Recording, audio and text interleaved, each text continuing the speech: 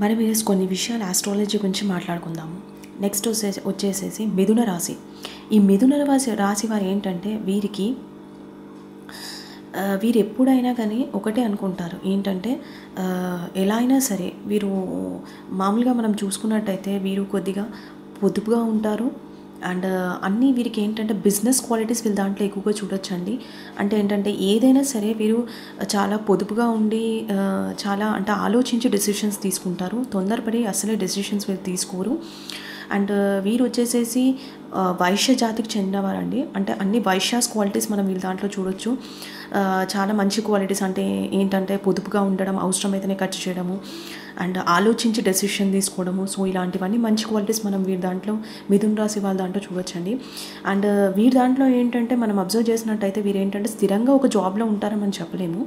ఎందుకంటే వీరికి నచ్చితే ఆ జాబ్ కంటిన్యూ చేస్తారు, ఎన్ని ఇయర్స్ అయినా అదే ఫీల్డ్లో ఉంటారు. వీరికి నచ్చకపోతే ఇమీడియట్గా వీరు జాబ్ చేంజ్ చేసేస్తారు. అంటే ఏంటంటే వీరు స్థిరంగా ఒక జాబ్ చేస్తారని మనం చెప్పలేమండి. వీరి దాంట్లో బ్యాడ్ క్వాలిటీస్ అంటూ పెద్దగా ఏమి ఉండవండి. జనరల్గా వీరు మనం అబ్జర్వ్ చేసినట్టయితే అన్ని మంచి క్వాలిటీస్ అని చెప్పొచ్చండి. పెద్దగా బ్యాడ్ క్వాలిటీస్ అంటూ వీరి దాంట్లో ఏమి ఉండవు.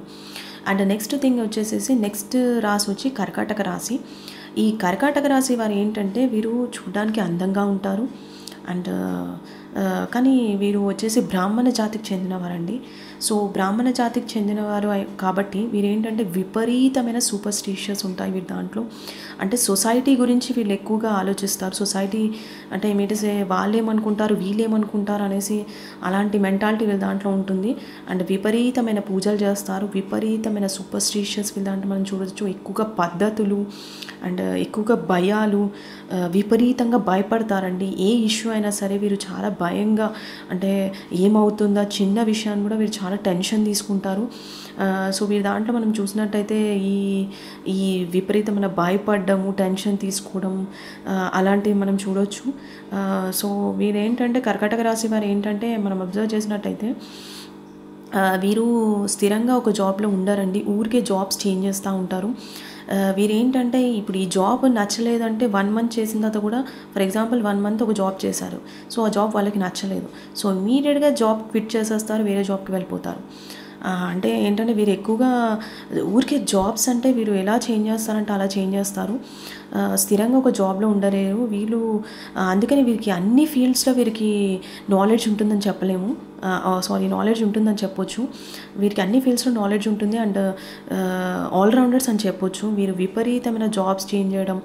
కానీ ఒక విషయం ఏంటంటే ఎంత నాలెడ్జ్ ఉన్నప్పటికీ కూడా ఒకటే జాబ్లో ఒకటే ఫీల్డ్లో వీరు ఉండరు. కాబట్టి వీరికి ఏంటంటే కొద్దిగా జాబ్స్లో మాత్రం వీరు కొద్దిగా టెన్షన్ ఎక్కువగా తీసుకుంటారని చెప్పొచ్చు. ఎందుకంటే ఒక్క ఫీల్డ్లో ఉంటే బాగుంటుంది. కానీ వీరేంటంటే ఊరికే వీరు ఫీల్డ్స్ చేంజ్ చేయడం వల్ల వీరు జాబ్స్లో కూడా వీళ్ళు కొద్దిగా ప్రాబ్లమ్స్ ఫేస్ చేస్తారు. సో అదొక్క విషయం. వీరు ఏంటంటే స్థిరంగా ఒక జాబ్లో అంటే చూస్ చేసుకుని ఉంటే మంచిది. సో అది వీరి దాంట్లో బ్యాడ్ క్వాలిటీ అని చెప్పొచ్చు. పెద్దగా వీరి దాంట్లో బ్యాడ్ క్వాలిటీస్ అంటూ పెద్దగా మనం ఏమీ చూడలేము.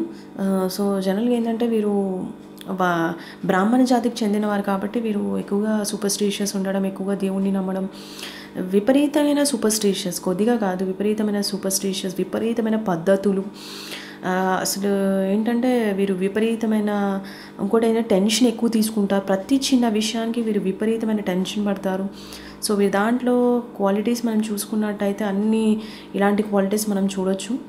సో మరి మీరు కొన్ని విషయాలు మాట్లాడుకున్నాం కదా మిథున రాశి గురించి, కర్కాటక రాశి గురించి.